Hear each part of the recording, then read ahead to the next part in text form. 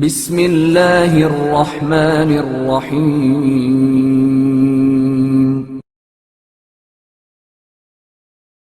صحبت ناجنس۔ بیان کیا جاتا ہے کہ کسی شکاری نے ایک کوے اور ایک طوطی کو ایک ہی پنجرے میں بند کر دیا۔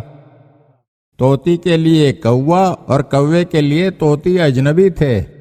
طوطی کوے کو دیکھتی اور دل ہی دل میں کڑتی کہ تقدیر نے مجھے کس عذاب میں پھنسا دیا۔ یہ موا کالا کلوٹا ہر وقت نگاہوں کے سامنے رہتا ہے۔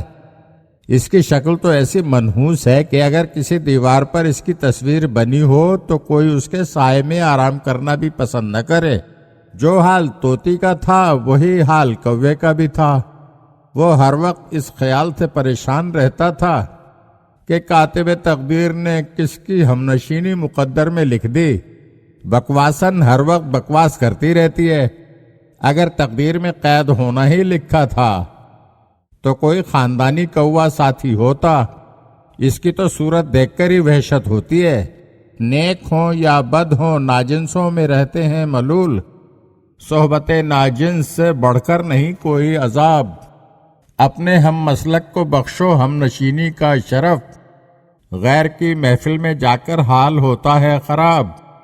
اس حکایت میں حضرت سعدی نے یہ نصیحت کی ہے کہ جہاں تک ممکن ہو ہم مسلک اور ہم مشرب لوگوں کے ساتھ میل ملاپ رکھنا چاہیے۔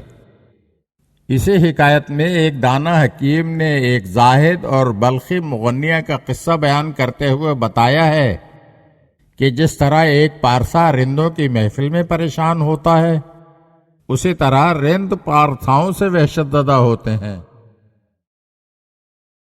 اگر آپ ہمارے چینل کی نئی ویڈیوز دیکھنا چاہتے ہیں تو ہمارے چینل کو سبسکرائب کریں اور گھنٹی کے بٹن کو دبائیے تاکہ ہر آنے والی ویڈیو آپ کو جلد موصول ہو سکے۔ اور ہاں، لائک اور شیئر ضرور کیجیے اور اپنے قیمتی کمنٹ سے ہمیں آگاہ کیجیے۔